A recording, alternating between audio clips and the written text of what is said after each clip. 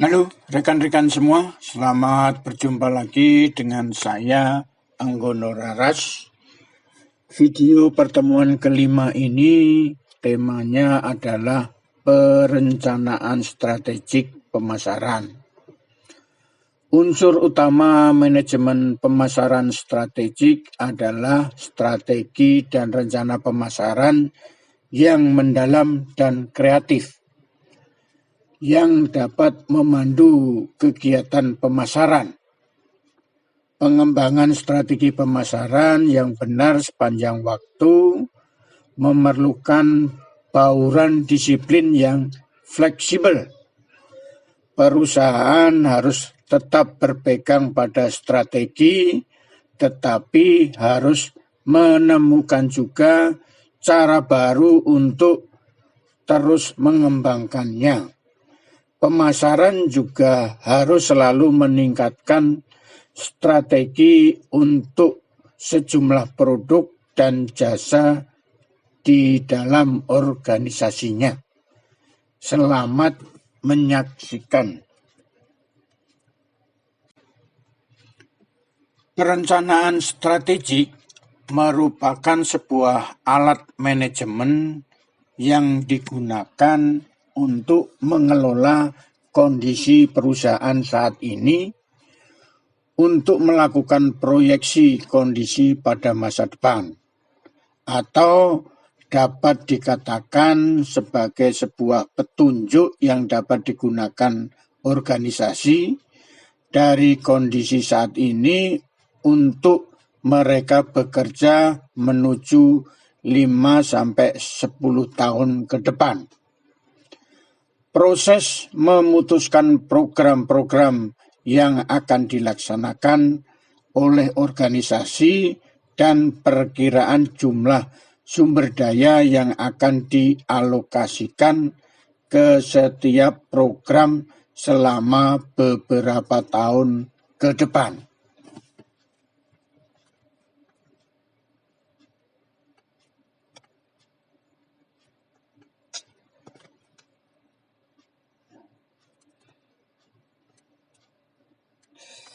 Susah.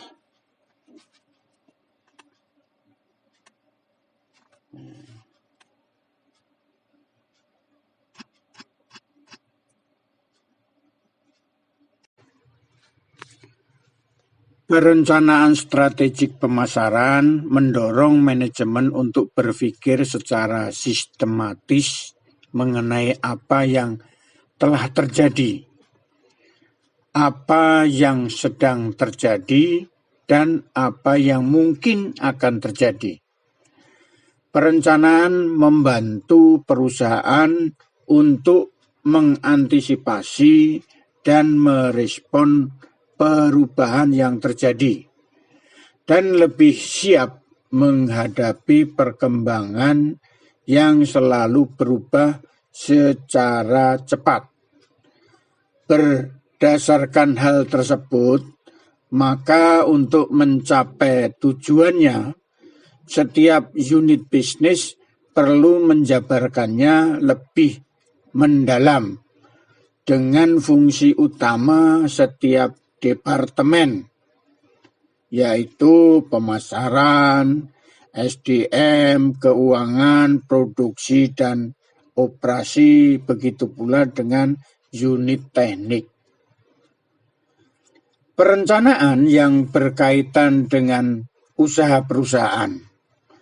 Perencanaan strategik pemasaran merupakan perencanaan yang mendorong manajemen untuk berpikir secara sistematis, ya.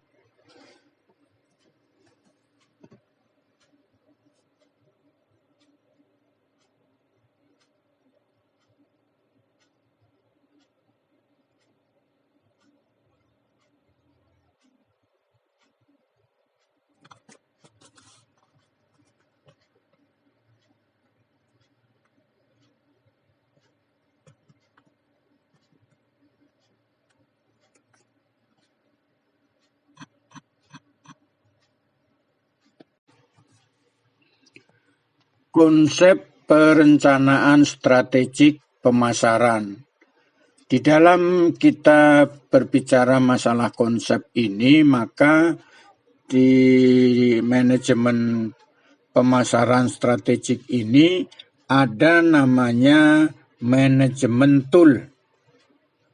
Manajemen tool itu merupakan alat untuk menganalisis semua kegiatan perencanaan strategik ya, di mana di dalam pengelolaan organisasi dan aset organisasi. Jadi apa-apa yang memungkinkan dibutuhkan di dalam manajemen tool tadi. Jadi kalau kita bicara dengan manajemen tool tadi, itu adalah menjadi alatnya ya, menjadi alatnya. Jadi di dalam satu perencanaan strategik itu membutuhkan alat-alat yang dapat membantu untuk menganalisis perencanaan strategik ini. Kemudian yang kedua ada namanya manajemen standar.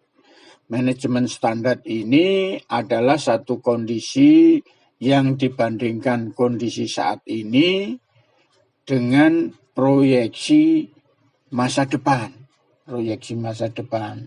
Jadi di dalam konsep perencanaan strategik tadi kita berbicara adalah satu kondisi saat ini yang diproyeksikan dengan masa depan yang akan kemungkinan terjadi.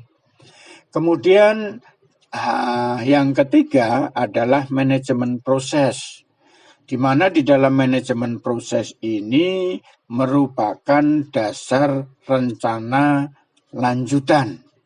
Jadi dari kegiatan-kegiatan yang sudah melalui standarisasi tadi, untuk kedepannya perlu ada dasar rencana lanjutan. Kemudian di sini adalah peran dari fungsi daripada pemasaran. Itu merupakan konsep perencanaan strategik pemasaran.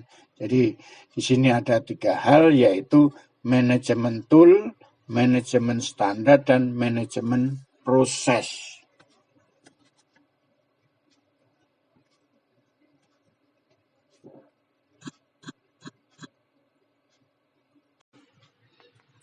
Level perencanaan strategik perusahaan. Apabila kita merencanakan strategik perusahaan, maka ada 3 level. Yang pertama adalah tingkat korporasi, yaitu tingkat perusahaan. Kegiatan yang dilakukan di dalam tingkat korporasi ini adalah analisis struktur pasar, orientasi dan dukungan pelanggan, serta posisi perusahaan dalam value chain atau rantai nilai. Itu yang dilakukan di dalam tingkat korporasi. Selanjutnya, untuk level berikutnya yang lebih di bawah namanya tingkat bisnis atau strategic business unit. Yang dilakukan adalah satu kegiatan segmentasi, target pasar, memposisikan produk, serta merumuskan kapan dan bagaimana menjalin kemitraan. Kemudian untuk level yang ketiga, yaitu tingkat operasional. Di dalam tingkat operasional itu yang dilakukan adalah menggunakan bauran pemasaran, mengelola pelanggan, serta reseller relationship. Ini tadi merupakan level perencanaan strategik perusahaan. Ada 3, tingkat korporasi, tingkat bisnis, dan tingkat operasional.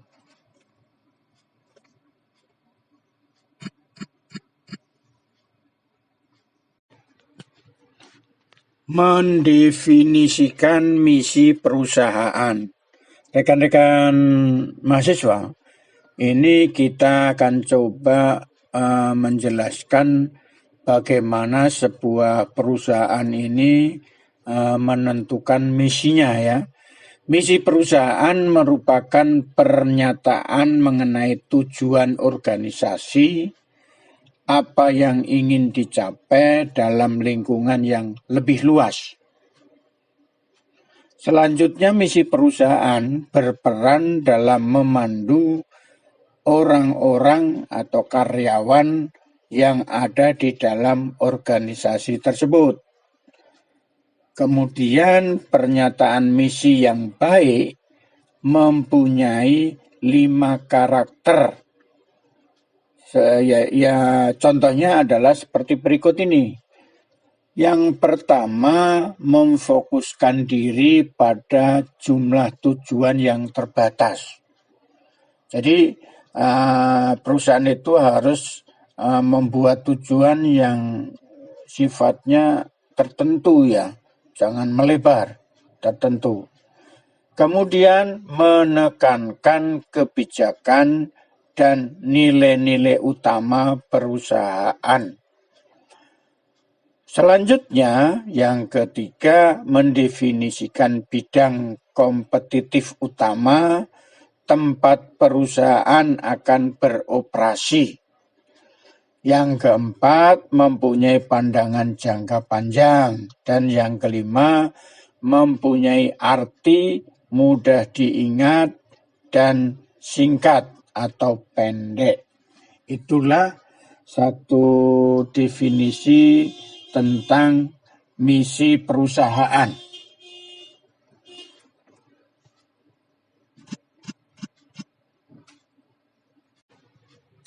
Menentukan tujuan dan sasaran.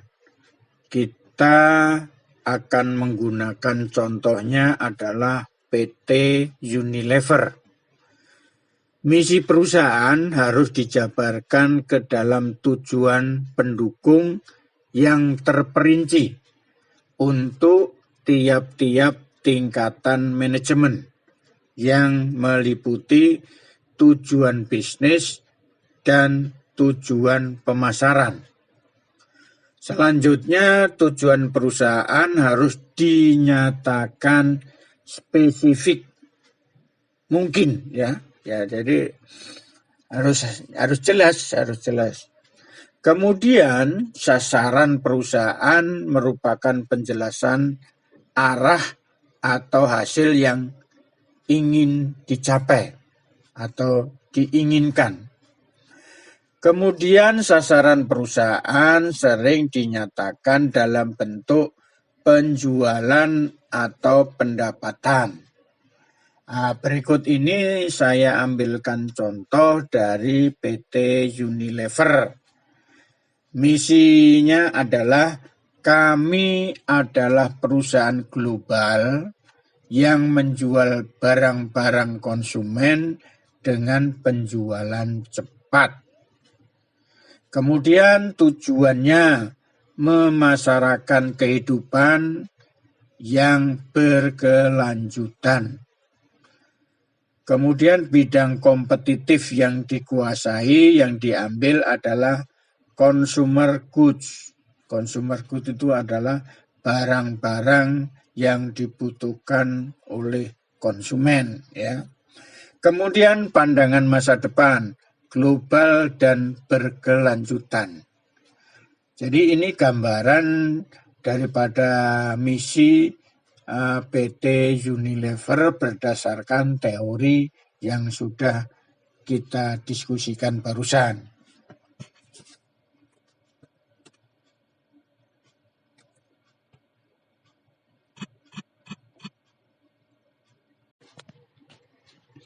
Rekan-rekan mahasiswa semua, kita akan diskusi lagi tentang portofolio bisnis.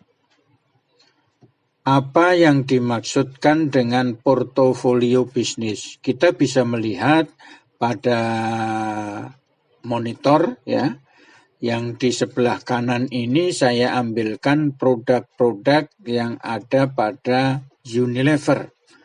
Di situ produknya berbagai macam produk yang semuanya itu dibutuhkan oleh konsumen ya. Baik itu kebutuhan sehari-hari maupun kebutuhan yang sifatnya untuk kebutuhan-kebutuhan yang bisa untuk mingguan atau bulanan. Jadi di sini Anda bisa melihat berbagai macam produk. Sekarang dari produk-produk yang ada tadi akan bisa menentukan portofolio bisnisnya. Yang pertama, setelah kita mengetahui misi dan tujuan perusahaan, kemudian manajemen merencanakan portofolio bisnisnya. Jadi yang dimaksud portofolio bisnis itu apa? Yaitu kumpulan bisnis dan produk yang membentuk perusahaan. Jadi dengan kita mendengarkan atau menyebutkan suatu nama yaitu Unilever gitu, maka pikiran konsumen atau pikiran kita orang awam itu dia akan berbicara, oh ya dia menjual pasta gigi umpamanya, dia menjual Rexona, menjual makanan dan sebagainya. Jadi Unilever itu adalah satu perusahaan yang berhubungan dengan kebutuhan konsumen. Nah, itu merupakan portofolio bisnisnya. Itu maksudnya.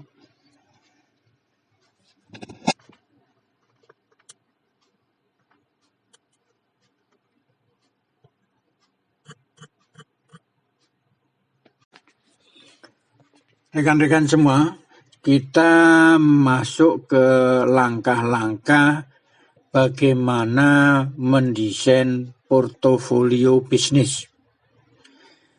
Setelah kita melakukan analisa bisnis saat ini atau sekarang, jadi kondisi perusahaan saat ini yang ada di lingkungan bisnis itu sudah kita analisa, kemudian kita bisa memutuskan bisnis mana yang mendapatkan investasi lebih banyak, lebih sedikit, atau tidak sama sekali. Jadi berdasarkan analisis kondisi sekarang, kita dalam hal ini manajemen ya bisa menentukan investasi mana yang harus digunakan ya atau dilakukan agar nantinya rencana yang dilakukan bisnis investasi tadi akan dapat menguntungkan perusahaan. Selanjutnya, bagaimana mengembangkan strategi pertumbuhan untuk menambahkan produk atau bisnis baru untuk portofolio tersebut. Jadi setelah kita analisa tadi, kemudian menentukan mana yang perlu dilakukan investasi, kemudian dikembangkan strategi pertumbuhannya, yaitu menambahkan produk atau bisnis baru. Maka bisa juga membangun unit atau bisnis unit strategik atau SBU, strategic business unit. Itu untuk bisa meningkatkan perusahaan itu bisa bertahan untuk jangka waktu yang lama.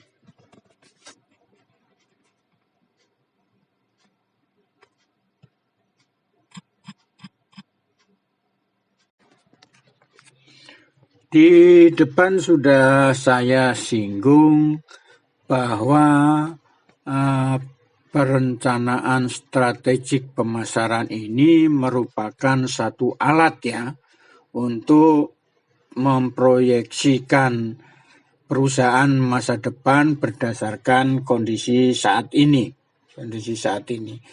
Jadi alatnya, salah satu alatnya untuk memprediksi tadi adalah namanya matrik pertumbuhan pangsa pasar atau matrik Boston Consulting Group atau lebih dikenal dengan matrik BCG. Jadi rekan-rekan semua, sambil kita melihat gambar yang ada di layar, di situ terlihat satu matrik 2 dimensi yang terdiri dari 4 kotak, di mana yang bagian vertikal yang di sebelah kiri itu disebutkan namanya tingkat pertumbuhan pasar. Jadi tingkat pertumbuhan pasar dibagi 2, yaitu 50% ke bawah disebut rendah, 50% di atas, yang di atas disebut tinggi. Sementara untuk bagian horizontalnya itu disebutnya pangsa pasar relatif. Jadi pangsa pasar relatif ini untuk 50% ke arah kiri disebut tinggi, yang 50% ke arah kanan disebut rendah. Itulah gambaran matrik daripada BCG.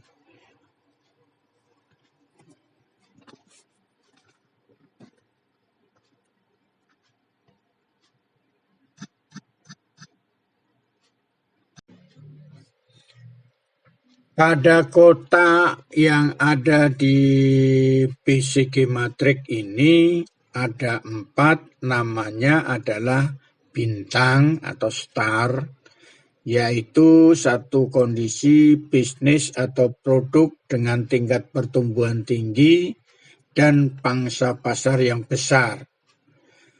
SBU atau Strategic Business Unit dalam klasifikasi ini membutuhkan investasi yang besar untuk membiayai pertumbuhan.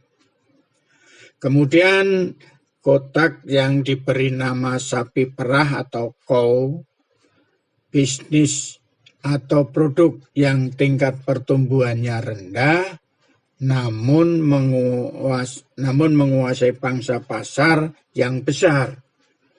SBU dalam klasifikasi ini menghasilkan banyak uang untuk membayar tagihan dan mendukung SBU lain yang membutuhkan investasi. Kemudian kotak yang disebut tanda tanya atau question mark merupakan bisnis atau produk dengan pangsa pasar rendah, namun tingkat pertumbuhannya tinggi. SBU dalam klasifikasi ini membutuhkan banyak investasi atau banyak membutuhkan uang untuk mempertahankan pangsa pasar. Manajemen harus berpikir mana yang harus diubah dan mana yang harus dibiarkan mati, ya. Kemudian yang terakhir, kotak yang disebut dengan anjing atau dog. Perusahaan dengan tingkat pertumbuhan dan pangsa pasar yang rendah. Itulah rekan-rekan semua apa yang dimaksud dengan BCG matrik. Berikut masing-masing kondisinya setiap kotaknya tadi.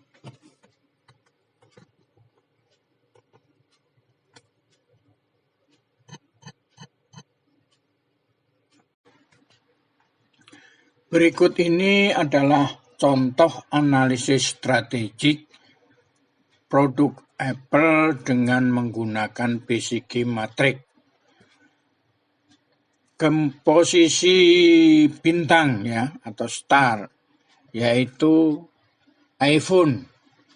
Sejak awal berdirinya Apple, iPhone telah menjadi produk unggulan. Permintaannya sangat tinggi dan pertumbuhannya tidak pasti karena semakin banyak pesaing. Selanjutnya, sapi perah.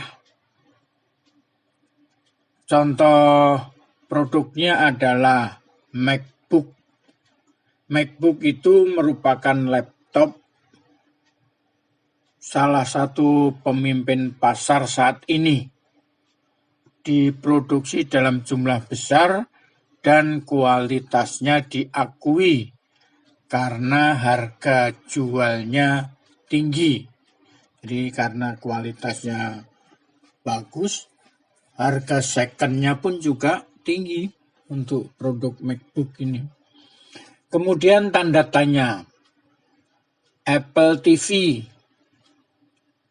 Jadi yang termasuk tanda tanya itu Apple TV.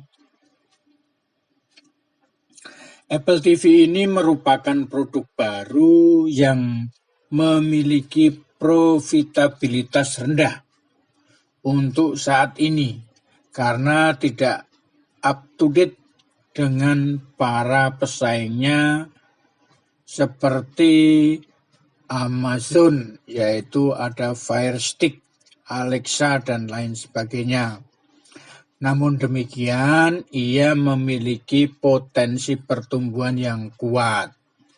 Sekarang kita masuk ke contoh untuk kotak yang bergambar anjing atau dog. Di sini iPad itu termasuk menjadi produk khusus untuk grafis dan perdagangan, tapi itu bukan hal baru seperti beberapa tahun yang lalu. Jadi pertumbuhannya rendah. Jadi itulah rekan-rekan mahasiswa, salah satu contoh menerapkan matrik BCG untuk melakukan klasifikasi produk yang kita berikan contoh yaitu Apple ya. Apple.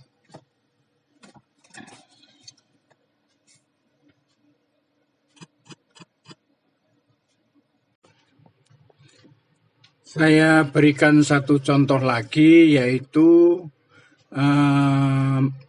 produk Samsung dianalisis menggunakan BCG matrik. Kita lihat pada posisi bintang. Di sini smartphone Galaxy adalah produk bintang Samsung. Pangsa pasar relatif dan pertumbuhannya tinggi. Disinilah Samsung harus berinvestasi untuk lebih meningkatkan keuntungan. Kemudian adanya Casco ya atau sapi perah, yaitu peralatan Samsung dikenal dengan peralatan berkualitas tinggi dan memiliki pangsa pasar relatif tinggi. Pasar untuk ini tidak banyak tumbuh karena permintaannya konstan. Jadi strategi skimming harus diterapkan di sini. Samsung harus mengambil keuntungan sebanyak mungkin dari area ini tanpa melakukan investasi besar. Kemudian pada posisi tanda tanya, jam tangan pintar Samsung atau smartwatches saat ini menjadi tanda tanya. Pangsa pasar rendah, tetapi pasar tumbuh sangat kuat. Samsung harus memutuskan untuk menyerang atau meninggalkan pasar. Serangan di sini bisa berupa menjual produk dengan harga yang lebih rendah atau memulai langkah-langkah pemasaran untuk meningkatkan penjualan. Kemudian dari posisi dog atau anjing, yaitu di mana printer Samsung ini memiliki pangsa pasar relatif dan pertumbuhan pasarnya rendah. Printer konvensional diperkirakan tidak akan menjadi lebih penting di masa mendatang. Itulah sebabnya Samsung telah berhasil menerapkan strategi divestasi di sini dan menjual divisi printer ke HP.